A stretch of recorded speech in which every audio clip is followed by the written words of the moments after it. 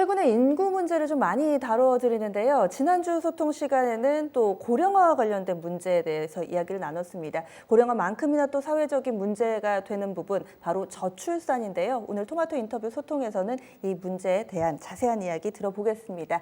모건대학교의 전세범 교수 모셨습니다. 안녕하세요. 네, 안녕하세요. 네. 저출산 하는데 우리나라 지금 어떤 수준인가요? 우리나라는 이제 결론적으로 말씀드리면 OECD에서 최저의 저출산을 기록하고 있는 나라고요. 0.98명이라는 이 수치가 1명도 채 되지 않는 국가고 1.05면으로 떨어졌던 게 이미 2017년도였는데 그때부터도 세계에서 최저 수준이었습니다. 네. 그러면은 지금 뭐 다른 국가하고 비교해 볼 때는 뭐 어떤가요? 세계 최저 수준의 저출산 국가가 이제 우리나라를 뒤이어서 이제 이탈리아, 그다음에 스페인 이러한 국가들이 있고요. 그다음에 네. 뭐 일본 같은 경우는 1.43명 정도 있습니다. 일본이 오히려 우리나라보다 많이 많네요. 네, 일본이 이제 저출산을 먼저 이제 도달하긴 했지만은 네. 그 감소 속도가 그렇게 급박하진 않고요, 우리나라처럼. 우리나라의 가장 큰 문제점 중에 하나는 그 인구의 이제 저출산의 현상 자체가 굉장히 급감을 하고 있다라는 점입니다. 네, 지금 현재 표가 나가고 있는데 이 표 같은 경우는 우리나라가 지금 파란색 라인으로 상당히 좀 가파르게 빠진 거죠. 그리고 네. 지금 노란색하고 이 오렌지색 라인은 어떤 나라인가요? 네, 노란색 같은 경우는 이제 일본의 이제 저출산 현상을 보여주는 경우고요. 그러니까 일본은 상대적으로 저출산에 조금 더 먼저 진입을 했지만 완만한 속도로 이어지고 있다라는 것을 볼 수 있고요. 그러니까 저 주황색 같은 경우는 OECD 평균 수치입니다. 아, 그렇군요. 네. 그래서 지금 일본하고만 비교해 봤을 때 노란색, 파란색이 역전되는 게 한 2000년대 정도부터 우리나라는 네. 계속해서 아래쪽으로 뻗어 내려가고 있는 상황인 것 같은데 그러면은 지금 이 저출산 문제 원인은 어떤 거라고 볼 수 있나요? 저출산 원인은 굉장히 이제 복합적인 원인이 있을 수가 있습니다. 가장 많이 이제 논의가 되는 것 중에 하나는 이제 혼인이 이제 뒤로 미뤄지는 혼인 지연 현상이라든지 아니면은 이제 젊은 친구들이 혼인을 좀 기피하는 현상이 있다, 뭐 비혼 현상이 증가한다든지 이런 것들이 있는데 이거는 사실은 원인이라기보다는 이제 네. 다시 동시적으로 나타나는 현상이라고 볼 수 있고요. 이들이 이제 그러면 왜 혼인을 지연을 하는지 네. 혹은 기피를 하는지 그 근본적인 원인을 생각을 해보면은 이제 경제 수준이라든지 아니면 학력 수준이 높아짐에 따라서 여성들이 이제 성 역할이나 아니면 성평등에 대한 인식은 굉장히 높아졌고요. 네. 그렇지만은 이제 사회 경제적인 어떤 근로 환경이라든지 아니면은 뭐 근무 여건이라든지 이런 부분들이 제도적인 부분들은 아직은 이제 많이 지원이 부족한 현실입니다. 네. 그렇기 때문에 이제 혼인을 지연한다든지 경쟁에서 살아남기 위해서 기피를 한다든지 뭐 출산을 기피한다든지 이런 현상이 벌어지고 있는 것 같습니다. 여러 가지 사회 분위기와 이런 여건들 때문에 저출산이 야기됐고 그러면 저출산이 결과적으로는 왜 문제가 되는 것인가 이 부분도 좀 궁금하거든요. 네, 저출산은 그러니까 출산을 하지 않게 되면은요 젊은 세대 유소년 인구 혹은 그들이 자라서 이제 생산 가능 인구로 이제 커질 때까지의 인구가 이제 적게 되는 셈이고요. 그러면 인구의 구조상 그 어린 층이 이제 적어지니까 고령 인구들이 이제 많아지게 됩니다. 그러므로 이제 노령화 지수라고 우리가 일컬을 수 있는 유소년 인구 대비의 고령 인구의 수준이 굉장히 높아지는 것이고요. 네. 현재 한 2017년도 그러니까 유소년 100명당 노인을 이제 105명을 이제 부담을 해야 된다라고 하면은 그게 한 5배 정도 증가를 하게 되고요.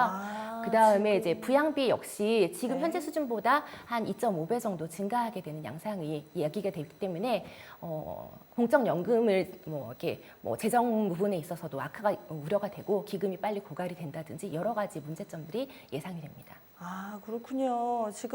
그러면은 지금 태어난 세대 같은 경우는 향후에 뭐 노인을 뭐 한 명당 뭐 10명씩 뭐 이렇게까지도 부양을 해야 되는 그런 네. 상황이 올 것 같은데 네. 정부 쪽에서도 충분히 인지를 하고 있고 매스컴에서도 워낙에 얘기를 많이 했기 때문에 사회적인 대책들도 하나씩 좀 나오는 것 같은데요. 정부 대책은 좀 어떤 부분이 좀 발표가 되고 있는지 그리고 이런 부분들이 나옴에도 불구하고 저출산이 개선되지 않는 데는 뭔가 좀 허점이 있는 거잖아요. 네, 기존에 이제 한 5개년도 계획 단위로서 발표가 됐었던 정부의 네. 고령화 저출산 대책들이 있었습니다. 근데 이제 기존에는 출산율을 높여야 한다. 어떤 양적 목표를 설정을 하고 목표 출산율이라는 걸 설정해서 그거를 이제 빨리 빨리 그 기본 계획 안에서 도달할 수 있도록 좀 단발적이고 좀 단시각적인 그러한 정책들을 많이 시행을 했었었는데요. 네. 이제 그것들이 비효율적인 방법으로 운영이 된 경우들도 많이 있었습니다. 예산에 지금 한 2016년도 이후로는 한 70조 정도가 들어갔는데 네. 그 중에서 좀 많은 부분들이 이제 국민들의 요구 조건에 맞지 않는 그런 부분에도 뭐 청년들의 뭐 무슨 이제 능력들을 개발한다든지 아니면 뭐 소프트웨어 그러한 능력들을 개발한다든지 쪽으로 비효율적인 부분들에 집중돼서 뭐 투자가 된 경우들도 있습니다. 사실 돈을 쓸 거면 제대로 써야 되는데요. 그렇죠. 그래야죠. 네. 뭐 그 혜택을 보는 사람이나 그리고 쓰는 쪽에서도 뭔가 정책 효과를 눈에 띄게 받을 수가 있는데 탁상 행정이 부디 아니기를 좀 바랍니다. 그러면은 지금 해외 쪽에서는 과연 잘 이런 제도들로 인해서 지금 출산율이 제대로 좀 정착이 돼서 정상 궤도인지 어떤 제도들이 있는지도 궁금하고요. 그러면 이런 부분 감안해 봤을 때 전문가적 시각에서 어떤 대책이 좀 있을 수 있다고 보세요? 네, 기존에 이제 있었던 그 기본 계획들이 이제 양적인 어떠한 성장에만 치중했었다라는 그런 문제점을 정부에서도 갖고 있습니다. 그래서 정부에서도 이제 최근에는 정책 패러다임을 완전히 이제 전환을 하고자 했습니다. 이제 개인적인 어떠한 삶의 질에 높이고자 하는 그런 질적 목표 수준으로 전환을 했고요. 이제 이것들은 이제 과거에 이제 저출산을 극복했었던 프랑스라든지 스웨덴의 사례를 통해서도 네. 확인을 할 수 있었는데요. 스웨덴이나 프랑스 같은 경우는 이제 주 양육자들이 실질적으로 양육을 할 수 있는 그런 여건들을 조성하기 위해서 굉장히 노력을 해왔습니다.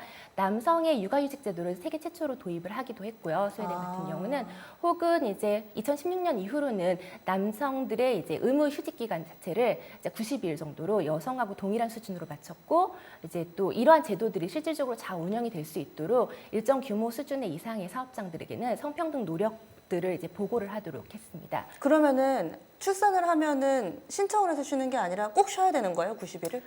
아니 이제 그러한 것들이 이제 제도적으로는 마련이 되었는데 또 시행이 되지 않을 수도 있기 때문에 네네. 그걸 잘 시행이 될 수 있도록 보호 여건들을 만들고 네.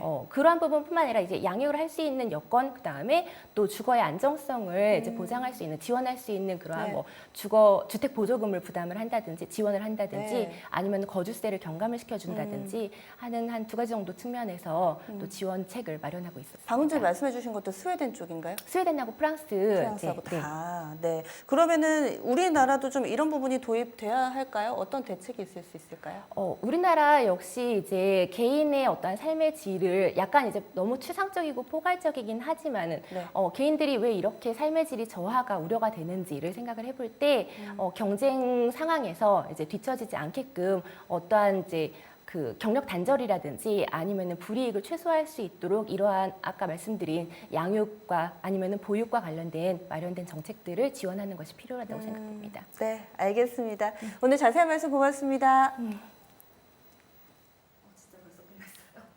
네, 이렇게 저출산 문제에 대해서 자세하게 좀 이야기를 나눠봤는데 심각하긴 심각한가 봅니다. 그리고 제도적인 도움이 조금 더 필요한 상황이네요. 지금까지 토마토 인터뷰 소통 모건대학교의 전세범 교수 함께했습니다.